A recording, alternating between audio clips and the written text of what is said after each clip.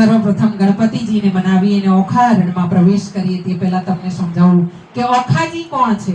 ઓખાજી છે શિવજીના જ પુત્રી છે. હા, ઓખા એ શિવજીના પુત્રી છે. જેમ અશોક સુંદરી છે અને ગણપતિજી છે, કાર્તિકેય છે, તેમ ઓખાજી પણ શિવજીના જ પુત્રી છે. અને શિવજીના પુત્રી હોવાથી તેમને નમન કરવા આપણે જરૂરી છે. તેમના માટે જેમ કહેવાય ને કે શિવજીનો આખો પરિવાર છે અને એ આખો પરિવાર પૂજાય છે. એકલા શિવજી નથી પૂજાતા, આખો પરિવાર પૂજાય છે. જ્યાં એમ કહેવાય ને કે ઘરનો થાંભલો મજબૂત હોય ને તો પછી આખું ઘર અડીખમ ઊભું રહે. પછી ગમે તેટલા ઝટકા આવે, ગમે તેટલી તકલીફો આવે, પણ વાંધો ન આવે. એમ અહીંયા શિવજીના જે પરિવારમાં આગળ કથા આવશે કે ગણપતિજીનું મસ્તક છેદન થાય છે ને એમાં ઓખાજી સંતાઈ જાય છે અને એમને શ્રાપ મળે છે ને પછી ઓખાનો જન્મ થાય છે. હા, એમ તમે લોકો ઓખારણ તો વાંચો, આપણે તો વાંચીએ જ છે, સૌરાષ્ટ્રવાળા તો ખાસ વાંચીએ આપણે. હા, કેમ કે આપણાને ખબર છે કે આનો પ્રતાપ શું છે. હા, આપણે ત્યાં સૌરાષ્ટ્રમાં એકાદશી હોય, પૂનમ હોય, ગુરુવાર હોય, સોમવાર હોય, મોરાકત હોય, અલુણા હોય, આપણે બધી દીકરીઓને આપણી આ સંસ્કાર દીધા છે. હા, માં તરીકે આપણા, હું વારે વારે કહું છું, આજે અહીંયા આવી છું એટલે નથી કહેતી, હું વારે વારે કહું છું. એક તો મારવાડી સમાજ જે અત્યારે હું જોઈ રહી છું સુરતમાં, કે રાજસ્થાનનો જે મારવાડી સમાજ છે ને એની બેન દીકરીઓને તમે જોશો ને તો માથે ઓઢીને સાડી પહેરીને આમ મહેંદી બેંદી મૂકીને કથા હોય ને એટલે બહેનોને એટલો આનંદ હોય કથાનો કે મહેંદી મૂકે, ઘરે લગ્ન હોય ને એવી રીતે ભગવાનનો દરબાર સજાવે. હા, અને નાચી ગાઈને ભગવાનને કથામાં બોલાવે. અને એક આપણો આ સૌરાષ્ટ્રનો, કાઠિયાવાડનો આપણો સમાજ કે જે તમે બહેનો બેઠી છો, બધી બહેનો હસતા મોઢે એકદમ, અને પાછી બધી બહેનો મોટા ભાગની બધી સાડી પહેરીને આવી છે. હા, એવું જરૂરી નથી કે સાડી જ પહેરવી, પણ આ જે છે ને સાડી એ આપણી મર્યાદા છે, એ આપણી ઓળખાણ છે. હા, કહેવાય ને કે તમે તિલક કર્યું હોય, માથે આ એક તુલસીની માળા પહેરી હોય કે રુદ્રાક્ષની માળા પહેરી હોય ને તો તમને કોઈ જાકારો દેતા 2 વાર વિચાર કરે, તમને કોઈ તુકારો કરતા 2 વાર વિચાર કરે, તમને કોઈ અપશબ્દ બોલતા 2 વાર વિચાર કરે. હા, એટલે આ સાડીને સન્માનને વંદન છે. હા, આપણી સૌરાષ્ટ્રની બહેનોને, આપણી સૌરાષ્ટ્રની દીકરીઓને, અને સૌરાષ્ટ્રની દીકરીઓની જો સમય મળશે ને તો હું તમને વાત કરીશ કે સૌરાષ્ટ્રની દીકરીઓએ કેવા કેવા ખાંડાના ખેલ ખેલ્યા છે. હા, એ તો હવે એવું થયું છે કે હું તમને વારે વારે બહેનો માટે ઘણીવાર હું ભાગવતમાં બોલું છું, વારે વારે ભાઈઓ માટે બહુ ઓછું બોલું છું, પણ બહેનો માટે બોલું છું. એટલા માટે મારા સત્સંગમાં, મારા ભાગવતમાં એટલે વારંવાર બોલું છું કે આપણે બહેનો છીએ, આપણે શક્તિ છીએ, આપણે નારી શક્તિ છીએ, આપણે જગદંબા છીએ. હા, માં અંબાનો અવતાર છીએ, અંશ અવતાર છીએ આપણે. હા, આપણાને ખબર નથી કે આપણે કોણ છીએ, પણ માં અંબાનો આપણે અંશ અવતાર છીએ. આપણાને શક્તિ કહેવામાં આવી છે અને શક્તિ વગર તો શિવ મહાદેવ પણ સબ છે. જો શક્તિ ન હોય ને તો ભગવાન ભોળાનાથ પણ કંઈ ન કરી શકે, પ્રલય ન કરી શકે. હા, શક્તિ ન હોય ને, માં જગદંબા, માં લક્ષ્મી ન હોય ને તો વિષ્ણુ ભગવાન પણ આ સચરાચર જગતનું પાલન ને પોષણ ન કરી શકે. કારણ કે પાલન ને પોષણ કરવા માટે શક્તિની જરૂર પડે. શક્તિ વગર ભગવાન પણ કંઈ ન કરી શકે. હા, બ્રહ્માજી પણ સૃષ્ટિનું સર્જન કરે ને તો માની જરૂર પડે. એમણે ભાગવતમાં બતાવવામાં આવ્યું છે શું કે બ્રહ્માજીએ જ્યારે એમણે સૃષ્ટિનું સર્જન શરૂ કર્યું ને ત્યારે પહેલા એમણે મુનિઓ અને પુરુષોનું સર્જન કર્યું બ્રહ્માજીએ. હા, ભાગવતજીમાં તમે હવે 19 તારીખથી સાંભળશો ને એમાં 3જા દિવસની ભાગવતમાં સૃષ્ટિનું સર્જન વિશે તમને સમજણ પાડવામાં આવશે. તો એમાં એક જ વાત છે કે બ્રહ્માજીએ જ્યારે સૃષ્ટિનું સર્જન કર્યું ને ત્યારે બ્રહ્માજીએ ખાલી પુરુષોનું સર્જન કર્યું હતું. નારદ મુનિનું, પુલહ મુનિનું, અગસ્ત્ય મુનિનું, આ બધા મુનિઓનું સર્જન કર્યું હતું. એમનાથી સ્ત્રીનું સર્જન નહોતું થયું. અને ત્યારે બ્રહ્માજી ગયા હતા માં જગદંબા એવા માં પાર્વતીના શરણે, કે જેમાં જગદંબા છે ને એ શિવજીથી ઉત્પન્ન થયા ગયા છે. શિવ અને પાર્વતી અલગ નથી, એક જ છે. હા, એટલે આપણે જ્યારે આરતી કહીએ છીએ ને માની, ત્યારે કહીએ છીએ એ બે એક સ્વરૂપ અંતર નવ દર્શો, ભોળા અંબે માને ભજતા, ભોળા ભવાનીને ભજતા, ભોળા ભૂધરને ભજતા, ભવસાગર તરશો. એ બે એક સ્વરૂપ અંતર નવ દર્શો. હા, એટલે ભોળાનાથ અને માં પાર્વતી એક જ છે. અને માં પાર્વતીને જ્યારે બ્રહ્માજી શરણે ગયા અને માને કીધું, માં યુગો યુગોથી હું સર્જન કરવા સૃષ્ટિનું મંથન કરી રહ્યો છું, પણ સૃષ્ટિનું સર્જન મારાથી આગળ વધી નથી રહ્યું. કારણ એક છે માં જગદંબા, કે તારી સહાયની જરૂર છે. તારા વગર મારી આ બેડલીને પાર કોણ કરી શકે? હા, હું પુરુષનું સર્જન કરી શકું છું માં, પણ હું સ્ત્રીનું સર્જન નથી કરી શકતો. ને જ્યાં સુધી સ્ત્રીનું સર્જન નહીં થાય, પુરુષ અને સ્ત્રીનું મિલન નહીં થાય, ત્યાં સુધી આગળની સૃષ્ટિનું સર્જન કેવી રીતે થશે? ને ત્યારે માં જગદંબાએ બ્રહ્માજીને આશીર્વાદ દીધા છે કે આજ પછી જાઓ, તમે મારા આશીર્વાદને કારણે તમારા એક ડાબા અંગમાંથી જ સ્ત્રી ઉત્પન્ન થશે. એ બ્રહ્માજીએ મનુ અને શત્રુપાનું જોડું સર્જન કર્યું. અને એ મનુ અને શત્રુપાના આપણે બધા માનવ કહેવાના. હા, મનુ અને શત્રુપાના આપણે માનવ કહેવાના. અને માનવ એટલે આપણે બધા પટેલ, વાણિયા, બ્રાહ્મણ, કોળી, આ બધું જે સમાજ છે ને, આપણે બધા માનવ છીએ. આપણે કોઈ પટેલ, વાણિયા, બ્રાહ્મણ નથી. હા, પણ જેણે જે કર્મ કર્યું ને આગળ જતા, એ પ્રમાણે કર્મથી પછી જ્ઞાતિના વાડા માણસોએ ઊભા કર્યા. ભગવાને નથી કર્યા. ભગવાને તો આપણા બધાને સરખા જ બનાવ્યા છે. કારણ તમને કાપો કે મને આમ જરાક વેઢો કાપી નાખો ને, તો અંદરથી લોહી તો લાલ જ નીકળે.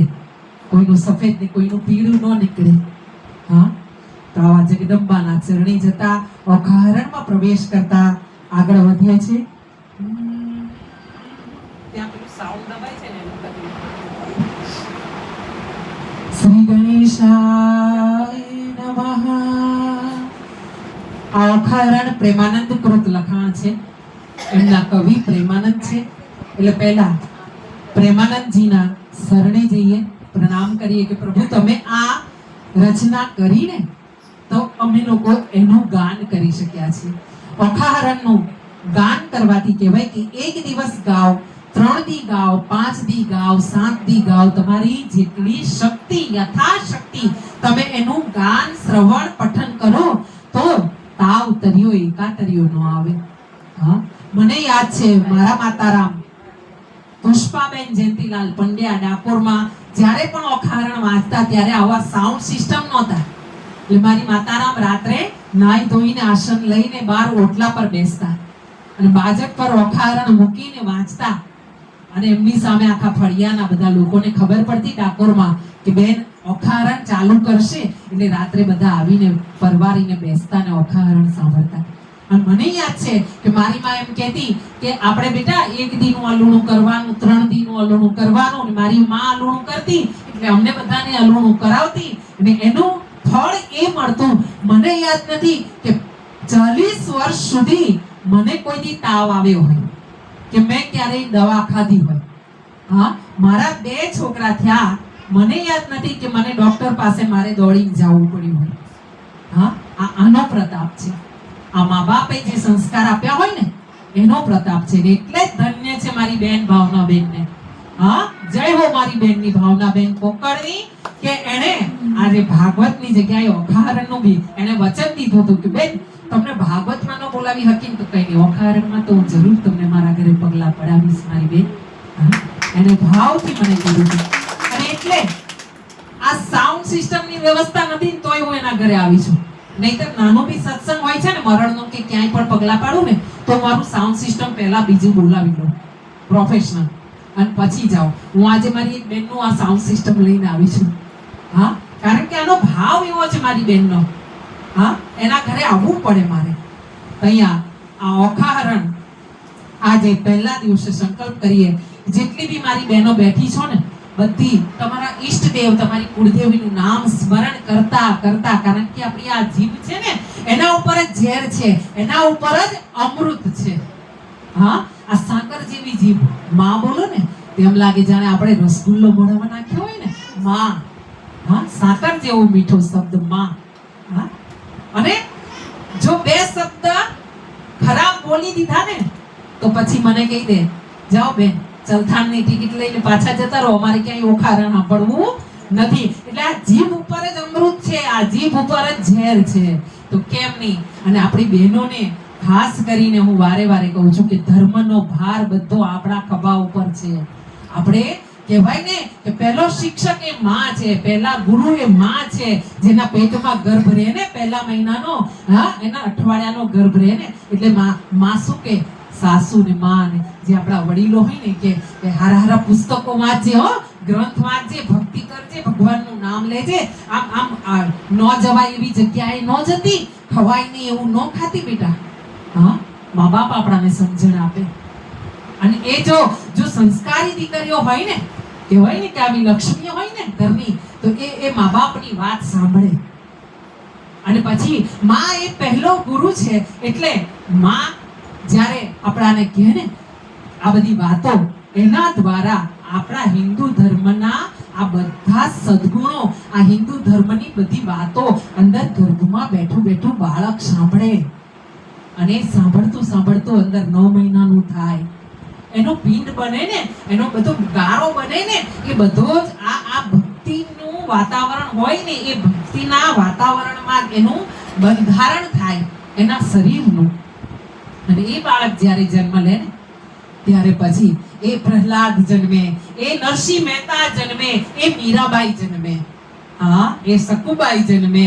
એ સકુબાઈ જન્મે ને ત્યારે મારા વાલાએ દ્વારિકા છોડીને એના છાણ વાસીદા કરવા માટે એના ઘરે આવવું પડે, સકુબાઈના ઘરે.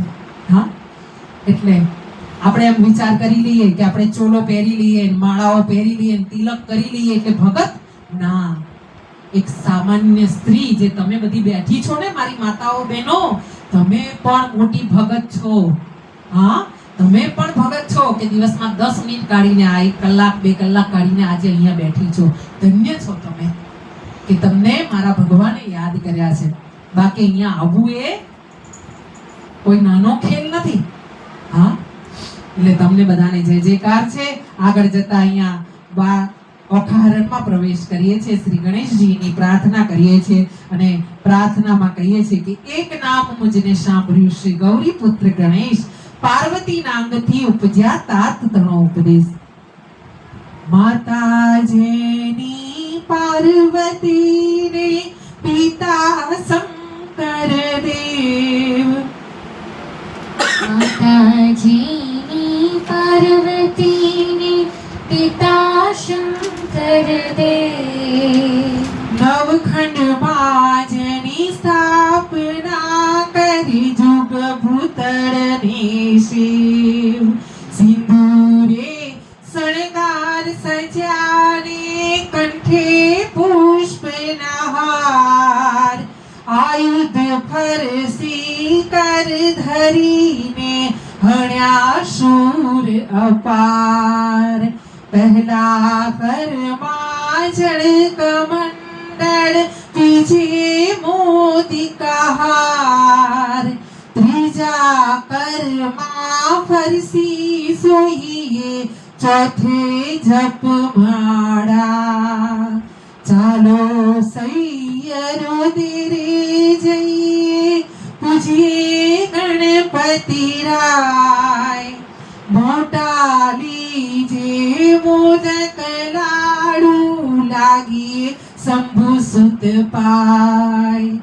એવા દેવ સાચા મુનિ વાચા, પૂરે મનની આસ, બે કર જોડી કહે જન વૈષ્ણવ, દાસ તણો જે દાસ, દાસ તણો જે દાસ, દાસ તણો જે દાસ.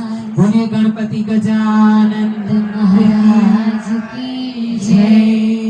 આવો ગણપતિજીના ચરણોમાં ગણપતિજીને કહીએ કે પ્રભુ આજે અમારા બહેને જે આ આયોજન કર્યું છે ને ઓખાહરણનું, તેમાં તમે પધારો. કુમકુમ પગલે માં કુળદેવીને લઈ આવો, માં બ્રહ્માણીને લઈ આવો, સાથે રિદ્ધિ સિદ્ધિને શુભ લાભને લઈને આવો. તમારા કુમકુમ પગલા પાડો અને અમને આશીર્વાદ આપો. અમારા ભાવનાબેનને અને લક્ષ્મીજીને પણ આશીર્વાદ આપો. તો પહેલા સર્વપ્રથમ ગણપતિજીને ભજન કરીને એમના ચરણોમાં આપણો ભાવ અર્પણ કરીએ છીએ.